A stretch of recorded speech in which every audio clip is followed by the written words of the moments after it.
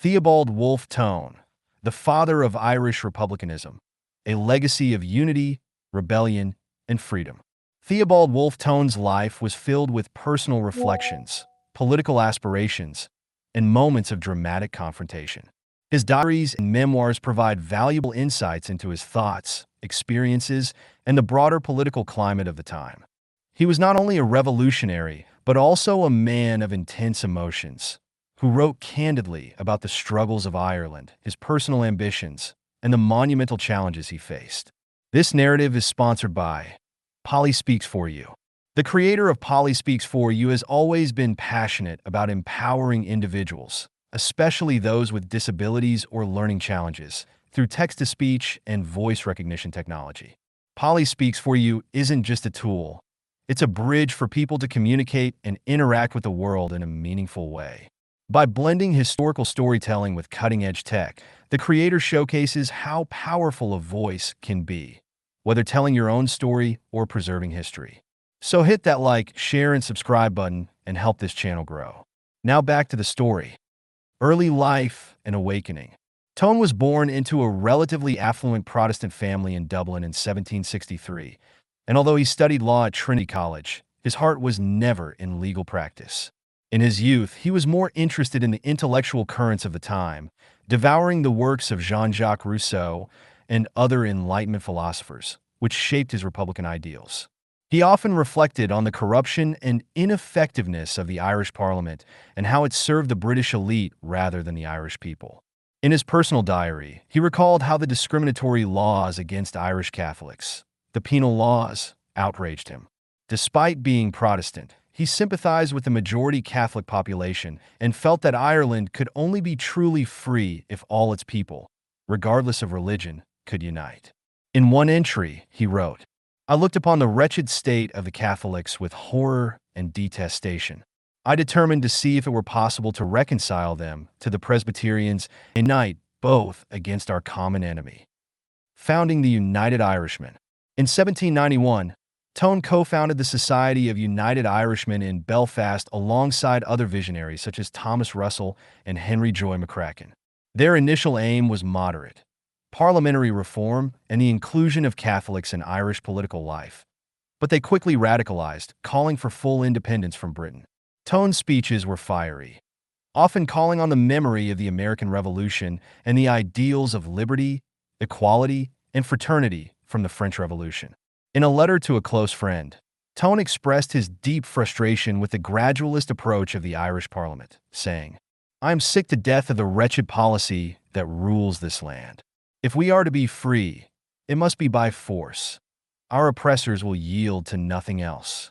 He also grew increasingly passionate about Republican ideals, writing in one entry, "To break the connection with England, the never-failing source of all our political evils, and to assert the independence of my country. These were my objectives. To unite the whole people of Ireland, to abolish the memory of all past dissensions, and to substitute the common name of Irishman in place of the denominations of Protestant, Catholic, and Dissenter. These were my means." Ad break. The buttons are calling. They are saying hit like, share, and subscribe button and help this channel grow. Now on with the exciting story. Paris and the search for French support. In 1796, realizing that Ireland could not defeat British power alone, Tone set out on a dangerous mission to France to seek military assistance. In Paris, he met with Lazare Carnot, one of the leaders of the French revolutionary government, and secured a commitment for a French invasion of Ireland. During his time in France, Tone lived in luxurious exile in Paris, rubbing shoulders with the intellectual elite of the French Revolution. His diary entries from this period reveal his sense of excitement and optimism, as he felt he was on the brink of seeing Ireland freed. He was particularly impressed with Napoleon Bonaparte, though the two never met directly. In one entry, he wrote about the atmosphere in Paris. "Paris breathes revolution. Every street echoes with the cry of liberty. Oh, how I wish that my beloved Ireland could know such a spirit." When the French invasion fleet of 14,000 troops set sail under General Hoche in December 1796, Tone was aboard one of the ships. However, as he recounted in his memoirs, Disaster struck when a fierce storm scattered the fleet off the southwest coast of Ireland. The ships could not land, and the mission was aborted.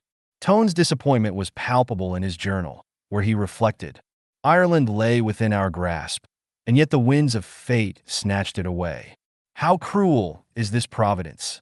The 1798 rebellion. Despite the failed invasion, Tone remained undeterred. In 1798, the United Irishmen, heavily influenced by Tone's vision, launched a rebellion against British rule. The uprising spread across Ireland, with battles in Wexford, Antrim, and Mayo, but it was crushed with brutal efficiency by British forces. Tone, who had again secured French support, attempted to land in Donegal with a small French fleet, but they were intercepted by the British Navy. The Battle of Tory Island saw the French defeated, and Tone was captured. As a prisoner, he remained defiant, writing in his diary during his final days, "I have sacrificed all in the hope of Irish freedom. I know not what tomorrow brings, but I fear it not. My name will live in the hearts of my countrymen, and they will complete the work I began." Trial and death. Tone was tried for treason by a British court-martial. In his defense, he declared proudly, "I sought only the independence of Ireland. For that cause, I am prepared to die." Sentenced to be hanged, Tone requested the death of a soldier, asking to be shot instead. His request was denied. In a final act of defiance, Tone attempted to take his own life by slashing his throat with a penknife in his prison cell. He lingered for a week before succumbing to his injuries on November 19, 1798. In his last diary entry, written in a shaking hand, he scrawled, "Our cause will not die with me. It lives in every Irish heart." Reminiscences and legacy. Tone's wife, Matilda, who had been his constant companion and supporter, outlived him by many years and kept his memory alive. She later published his memoirs, ensuring that his vision of Irish independence would inspire future generations. Tone's legacy endured long after his death.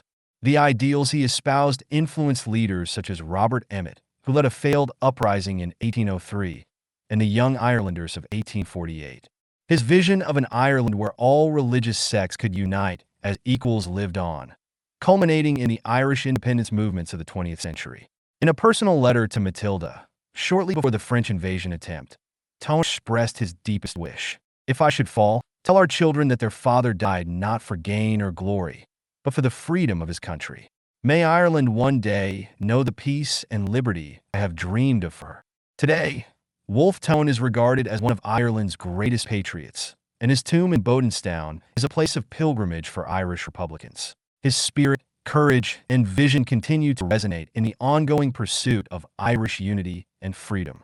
Theobald Wolfe Tone's influence did not end with his death in 1798, and the story of his legacy continued through the generations that followed, deeply embedding itself in Ireland's path toward independence. Matilda Wolfe Tone, the keeper of his memory. After Tone's tragic death, his wife Matilda played a crucial role in preserving his memory and furthering his cause. Devastated but determined, Matilda moved to France with their children and worked tirelessly to publish his memoirs and writings, ensuring that his vision of a free Ireland would not be forgotten. Her deep love for her husband is evident in her letters and journals, where she frequently expressed pride in his sacrifice, writing, "Though I lost my beloved Wolfe, I gained the honor of being the wife of a man who gave his life for Ireland." Matilda's home in Paris became a center for Irish exiles, and she lived long enough to see the continued growth of Irish republicanism. She took great solace in the fact that her husband's ideals had influenced the next generation of Irish leaders. Their son, William Theobald Wolfe Tone, joined the French army and continued to advocate for Irish independence, following in his father's footsteps. The Young Ireland movement. Tone's writings and ideas heavily influenced the Young Ireland movement, a group of nationalist leaders in the mid-19th century who sought to liberate Ireland from British rule through a combination of armed struggle and political activism.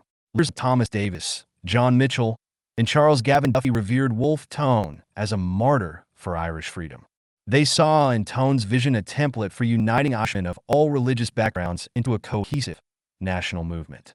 In one of the Young Irelanders' journals, Thomas Davis wrote of Wolfe Tone, "Wolfe Tone was more than a revolutionary. He was a unifier, a dreamer who saw an Ireland beyond sectarian divisions." We too must carry forth his dream of an Ireland where Protestant, Catholic, and dissenter can stand shoulder to shoulder, bound by the love of country. The young Irelanders attempted their own rebellion in 1848, inspired by Tone's ideas and the revolutionary fervor sweeping across Europe. Although the rising failed, Tone's principles of equality and national unity persisted. The Fenian Brotherhood. By the mid-19th century, the influence of Wolfe Tone was so deeply embedded in Irish revolutionary thinking that the Fenian Brotherhood adopted his ideals. Founded by Irish immigrants in the United States, the Fenians sought to continue the fight for Irish independence through armed struggle, modeled on Tone's belief that the British would never relinquish control over Ireland without force. Tone's name was invoked in Fenian meetings and publications, and the Fenians' anthem carried the refrain, "We'll follow in Tone's footsteps, brave, until Ireland's free." The Fenians launched several insurrections, both in Ireland and in Canada, and while none succeeded, they kept the flame of Irish republicanism alive. Tone's belief in the importance of securing foreign aid also influenced the Fenians, who lobbied heavily for support. The Easter Rising of 1916. Perhaps the most significant continuation of Wolfe Tone's legacy came with the Easter Rising of 1916, the defining moment in the Irish struggle for independence. The leaders of the Rising, Patrick Pearse, James Connolly, Thomas Clark, and others, viewed Wolfe Tone as a towering figure in their pantheon of heroes. In fact, Pearse, in his famous speeches before the Rising, declared, "Wolfe Tone was the greatest of Irishmen. We are here to finish what he began, the complete and irrevocable separation of Ireland from the British Empire." The proclamation of the Irish Republic, read aloud on the steps of the General Post Office in Dublin on April 24, 1916, echoed Tone's call for Irish unity. It appealed to the Irishmen and Irish women, regardless of creed, and invoked the ideals of liberty, equality, and fraternity, ideals that Tone had championed more than a century before. The Easter Rising ultimately failed militarily, but the execution of its leaders by the British authorities galvanized the Irish population. Wolfe Tone's vision of a united and independent Ireland had once again been brought to the forefront of national consciousness, and his martyrdom was honored alongside those of the Rising's leaders. Ad break. The buttons are calling. They are saying hit like, share, and subscribe button and help this channel grow. Now on with the exciting story. The War of Independence and the creation of the Irish Free State. The events of the Easter Rising led to the Irish War of Independence, 1919 to 1921, during which Tone's ideals continued to serve as inspiration. The Irish Republican Army, IRA, led by figures like Michael Collins, sought to achieve the dream of a free Ireland through guerrilla warfare, much in the spirit of the armed struggle Wolfe Tone had called for. By 1921, the Irish War of Independence resulted in the Anglo-Irish Treaty, which led to the creation of the Irish Free State. Although this marked significant progress, many Republicans were disappointed that the treaty did not deliver full independence, as it left 6 counties in the north under British control. Throughout the treaty debates and the subsequent Irish Civil War, Tone's name was invoked repeatedly, with both sides claiming to be the true heirs of his legacy. Eamon de Valera, who rejected the treaty, often referred to Wolfe Tone's unwavering commitment to full independence as a guiding principle. Modern-day legacy. Wolfe Tone's legacy continues to resonate in modern Ireland. Each year, Republicans gather at Bodenstown Churchyard, where Tone is buried, to commemorate his life and contribution to the cause of Irish freedom. His grave, a simple monument, has become a site of pilgrimage for those who hold his ideals of republicanism dear. Even today, the principles Tone championed, democracy, equality, and the unification of Ireland, remain central to political discourse, particularly in the context of Northern Ireland. Political parties like Sinn Féin, which seeks the reunification of Ireland, still draw heavily on Wolfe Tone's ideals in their rhetoric and campaigns. In speeches and writings throughout Ireland's long and often tumultuous history, Tone's words and vision are often quoted. His famous line from his defense speech at his trial has echoed through time. "From my earliest youth, I have regarded the connection between Ireland and England as the curse of the Irish nation. I sought to break that connection and to substitute the independence of my country. For this, I am ready to die." Reflections in popular culture. Wolfe Tone's life and legacy have also been memorialized in Irish literature, music, and culture. He is the subject of countless songs, including the traditional Irish ballad, The Men of the West, which praises the 1798 rebellion, and more contemporary works that recall his bravery and idealism. Irish poets like W.B. Yeats and Seamus Heaney have drawn inspiration from the figure of Tone, reflecting on the enduring struggle for Irish identity, unity, and freedom. Wolfe Tone's role as a visionary has become symbolic not only of Irish republicanism, but also of the broader human quest for self-determination. The enduring symbol of unity. Wolfe Tone's vision of a united Ireland, free from sectarianism, remains an elusive goal even today, but his legacy as a unifier continues to inspire. Throughout the centuries, Tone's ideals have transcended his era, becoming the foundation of the Irish Republican movement and a guiding light for those who continue to strive for peace and unity in Ireland. In his final reflections, Tone himself believed that, even if he did not live to see it, Ireland would one day be free. He wrote in one of his last diary entries, before the 1798 rebellion, "Though I may not see the dawn, I am content to know that I have planted the seed of freedom in Irish soil. One day, it will grow into a tree strong enough to shelter all of Ireland's children, Protestant and Catholic alike." That hope, expressed in the dark days before his death, continues to inspire generations of Irish men and women, keeping Theobald Wolfe Tone's dream alive. If you've enjoyed this video, don't forget to like, share, and subscribe. To learn more about South Africa's leading accessibility software, visit www.polispeaks4u.co.za and support this meaningful dyslexic initiative. Thank you for watching.